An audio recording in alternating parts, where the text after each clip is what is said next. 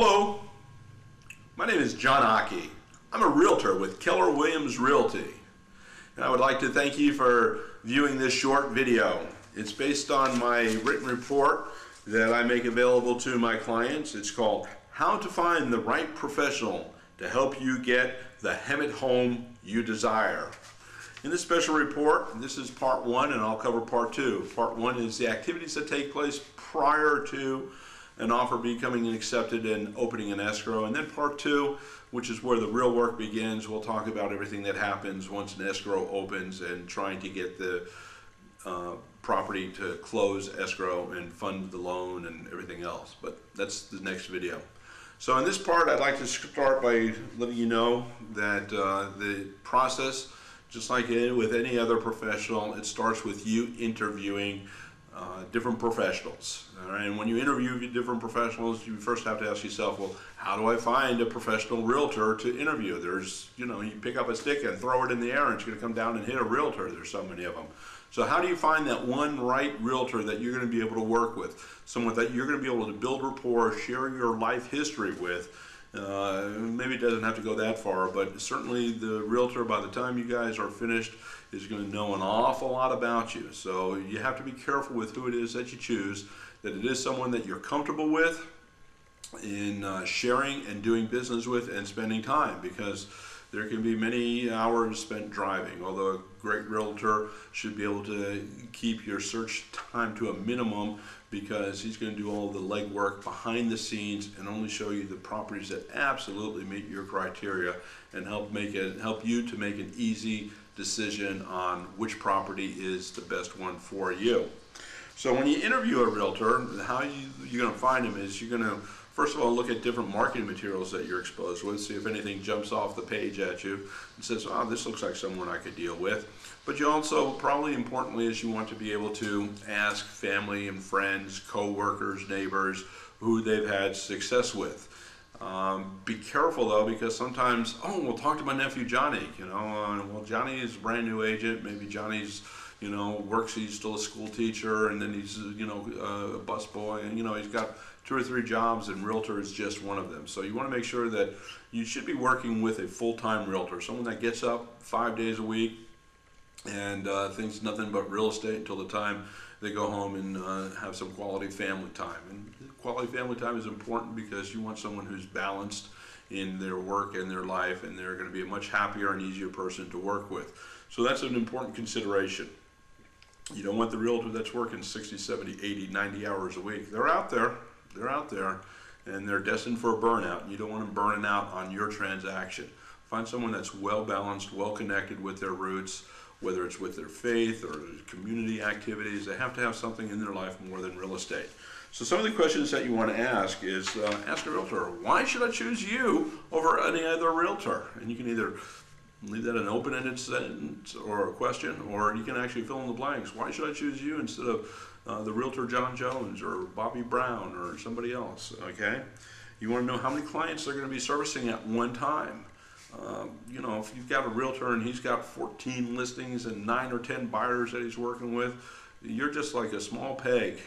And whether your transaction happens to him or not, of course he wants it to happen, your realtor wants it to happen, but it's really inconsequential because he's got too much going on and there's too many other pokers in the fire, and he knows he's always going to lose 1 or 2 of them.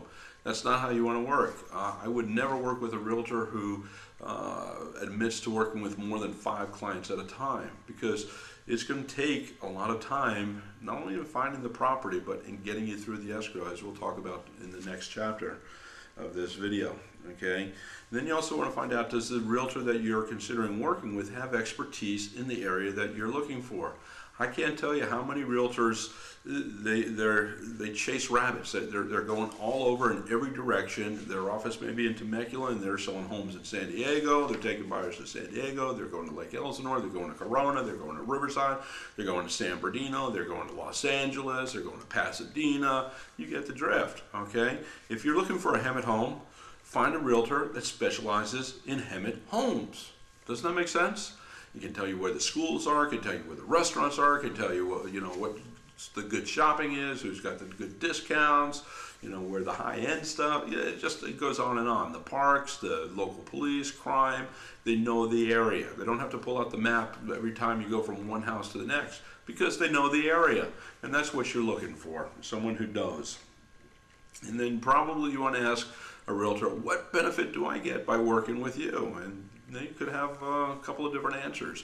But what you're really looking for is someone who's professional, and you're looking for answers that are building rapport with you, someone that you are comfortable exposing yourself to and doing business with. Because let's face it, this is probably, up to this point in your life, the single most important financial transaction that you have ever participated in. So first thing you need to do in finding the right professional is to interview. Now, let me bear in mind that when you interview with a realtor, you have to realize it's not just a quick phone call. You want to have a face-to-face, and typically when you make first contact with the realtor, they're going to want to set an appointment for you to come into their office because they want to interview you also. And a good realtor does not take every client that walks through the door. You want somebody who's selective, and you want them to be able to sit down and give you a presentation, just as if you were buying something. I know that you're buying a house, but you're not paying that realtor. That realtor is working on a contingency, and the seller is going to pay. You don't pay the realtor anything. But act like you're getting ready to put, $10,000 out of your pocket on the table, because in essence you are. If that realtor does not do a good job for you, it can cost you that $10,000 or more very easily. So interview him, see what kind of material he provides you, what type of special reports he may have that will answer questions. You may want some referrals for a lender. He should have 2 or 3. He should be able to talk to you about the inspection process, the due diligence process. He should be able to hone in and figure out exactly what type of home you're looking for. If you walk away and you're more confused than when you got there, run, don't sign. Okay? Now, once you've decided on the realtor, you've interviewed him, he's interviewed you, you've taken home and you've read your packet, probably on the first day you may or may not go out and look for homes. You may, all right? It really depends on what day of the week it is, what the workload is like, and the availability of homes that meet your criteria. If you do go out, great. You probably look at 3 homes that day. You shouldn't spend that much more time than doing that. That'll give you a good feel for what's on the market today. Now, your agent should be able to send you an email as new homes come on the market. A good agent will be looking, once he has your criteria, he should be searching the MLS on a daily basis for new homes that meet that criteria. He should preview them, whether he physically goes there or not. It's not always necessary with today's technology, with what's available through the internet and the resources that a good realtor has, but he should definitely have a good idea of what makes his home special and why you would like it, especially if he's taken you out once and you've looked at 2 or 3 homes and he's gotten a good feel for what it is that floats your boat, so to say. So you should be receiving this, and he should be sending you an email as these homes hit the market. And he should not send you every new home that, 4-bedroom, 3-bath under $400,000. It should have more criteria than that based on what he knows about you. And if you're getting bombarded with emails on properties that have no interest to you, then it's a good sign that your realtor really isn't paying attention. You just put in some vague criteria and hoping that you throw enough against the wall and something's going to stick. So be careful of that. Now, when you do receive these emails, it should have all the search criteria that you're looking for. It should have the lot square footage, it should have the square footage of the home, it should have the number of bedrooms, baths, special amenities, whether there's tile flooring, carpeting, how many fireplaces, is there a pool, is there a spa, all kinds of good information. It should tell you the school district, and you should know that just by looking. Excuse me.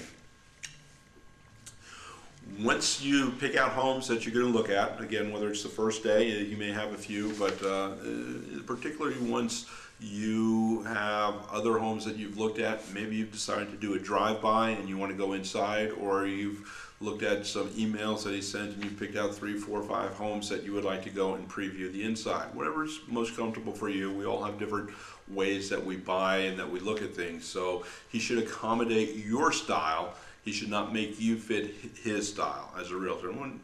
Side note, I say his because I'm a he. It could be he or her, his or hers, them, they. You know who I'm talking about. Okay, enough about being politically correct. So once you decide that you want to be able to see particular properties, they should make a time available for you. They should have the time. And again, this is why you want to make sure you're not working with someone that's working with 42,000 different clients at any given time. All right, 42,000 exaggeration, but you catch the drift. They can be too busy for you. And you don't want that. You want someone who's busy, someone who's sharp, someone who can take care of business. But the key is they have to have time for you on your schedule, okay? Now there's always a little give and take, but they can't, they're working for you, so they should be accommodating, all right?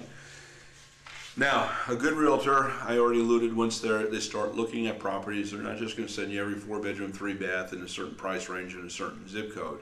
They should do, they should narrow the criteria down. The more they know you, the more homes they see with you, the more they know what it is that you like. They're doing a lot of work behind the scenes. And for every home that they send you, they may have looked at 10. For every 10 that you get, you may only want to see 2 or 3. So out of that 2 or 3, they may have looked at 100 that you actually go see. They may have previewed over 100 homes online in order to find those particular homes for you. And that's if they're good. Those are the type of numbers that they're spending for you. Now, the last thing that you want to know about, I don't want to say the last, but let me just stress what else you need to know about. The last topic we're going to cover in this special video report is negotiation skills. Now, you may want to touch base with them and try and negotiate with them. See where they are. So, you may want to negotiate commission. You may want to negotiate some other special services that they may or may not offer, just to see how they're going to negotiate with you, because you want someone who's going to be sharp, someone who's going to be on the ball, and someone who has negotiating skills and can get you the home you want for the best price with the least amount of inconvenience, okay? And on a note of negotiation before I close, don't be afraid of no's. A good negotiator will get no's before he gets a yes. Because if you get a yes the minute that you submit an offer, that means you met their expectations and more. Negotiation should be give and take, give and take, give and take, especially in today's market. This is being recorded March 2006. We're still selling a lot of homes, but the inventory is huge in comparison to what it was even 6 months ago or a year ago for this time of year. So by all means, take the time, interview your realtor, and make the right decision. Please come back and see me for part 2 when I talk about the responsibilities of a realtor and what you need to know, what a realtor does for you once you've put in the offer and it's been accepted and he has to open an escrow.